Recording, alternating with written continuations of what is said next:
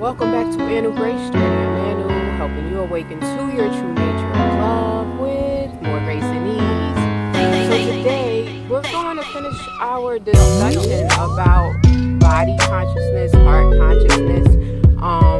There were some things from my last video that I didn't get enough time in the video to share. And that's basically the way the heart communicates. The heart is constantly communicating with us, just like our minds are constantly communicating with us through thoughts, right? So science has proven that the heart also has its own brain, its own intelligence system, and it's constantly in communication with us. Our hearts are constantly channeling the wisdom and information of the universe.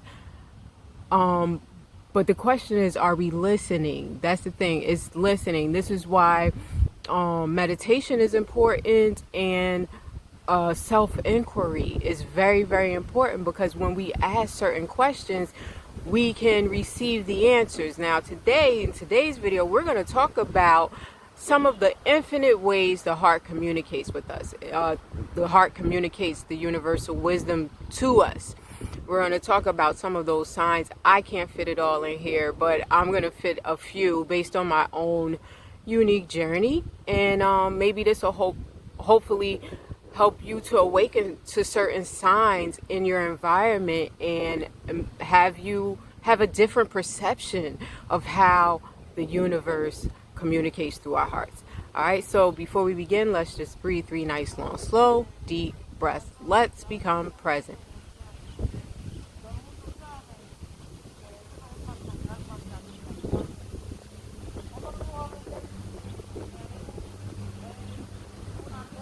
Just become present.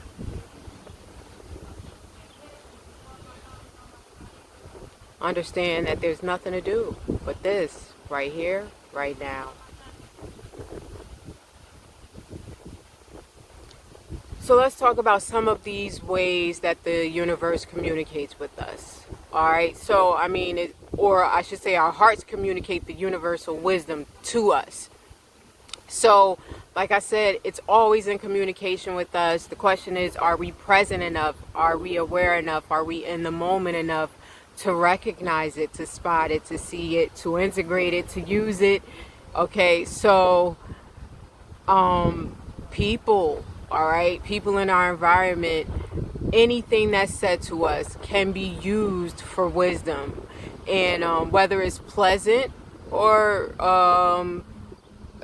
unpleasant, okay, something there's a seed in there, there's a gem in there, always. All right, whether it's for our own healing journey, whether it's for our purpose work, our passion, it's always something there in that. But we have to ask. It's good to ask. So our environments, being out in nature, you heard me say so many times how nature communicates to us. I'll give you a crazy example. For me was right after I found out that I was a reflector by human design. I was still teaching myself about it and learning about it. It's one thing to get book knowledge or something like that. It's another thing to get firsthand experience.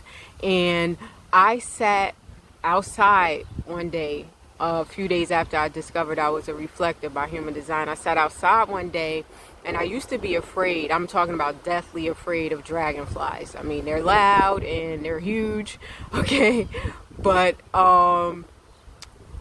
when I sat outside, this dragonfly came zipping by my face, and I had a choice. All right, am I gonna sit here and be curious, or am I gonna do what I always do and run? So this time I chose sit here and be curious. That was my heart wisdom right there. I got curious, right? The dragonfly came and landed right in between my feet. Right in the midst of all my fears. That dragonfly sat right there just so that I could see it up and close as the sun shined down upon it. And this dragonfly was all black, but its body reflected the light rays of the sun, and its body and wings reflecting this light. It was like a rainbow luminescent color. And for the first time, I got a chance to see exactly how beautiful a dragonfly is in its reflection of the sun.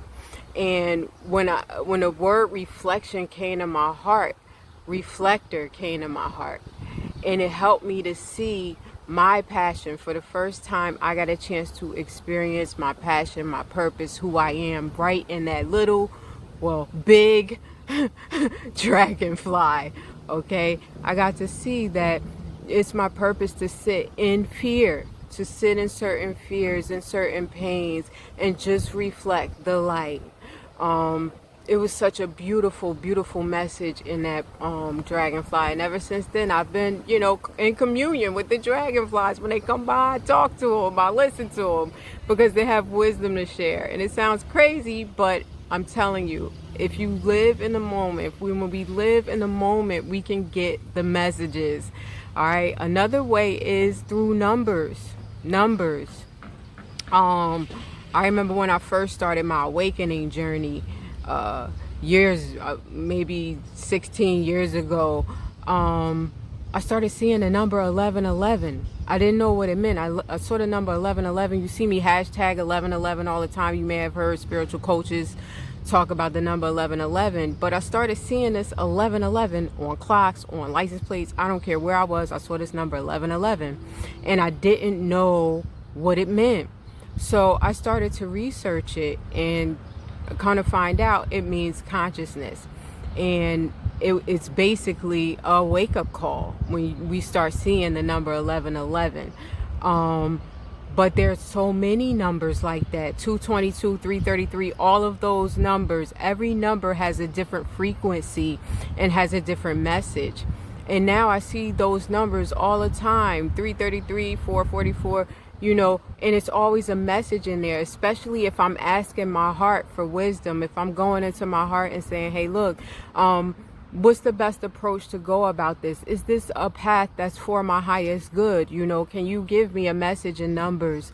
And it would come up that way. It would let me know, boom, 555, a change is coming. It's time to change. Yes, go with it. So just pay attention to numbers, pay attention to words, pay attention to books that fall off the shelf, pay attention to the music in the grocery store, because there's something there for you. There's a message. A lot of times I go into a grocery store, or I go into a place and order something, and the music playing is a serenade just for me. It's the words that I needed to hear right then and right there. And no matter what's going on around me, no matter whether or not the energy is dark or light in that place, it won't stop me from leaving a tip, because I already got the tip on the radio, okay? I will always leave the love and light because I'm experiencing within.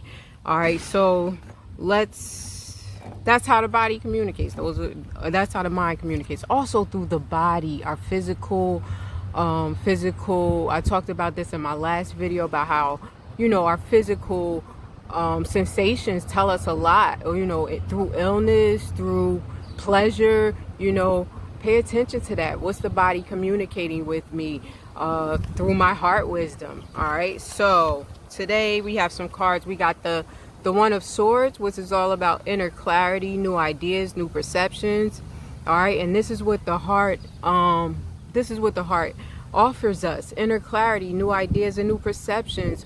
When we start being present with it, when we start asking for the signs. I love saying, show me a sign, and my heart will communicate it with me. All right, same thing for you. Body work, like I said, through the physical body we receive information from our hearts. Pay attention, right? And also a blessed gift, something beautiful soon manifest. Trust that all is unfolding in the most perfect way for you, and all concerned have faith and continue to hold positive and loving thoughts. The blessed gift is on its way, and the blessed gift is always on its way when we're in our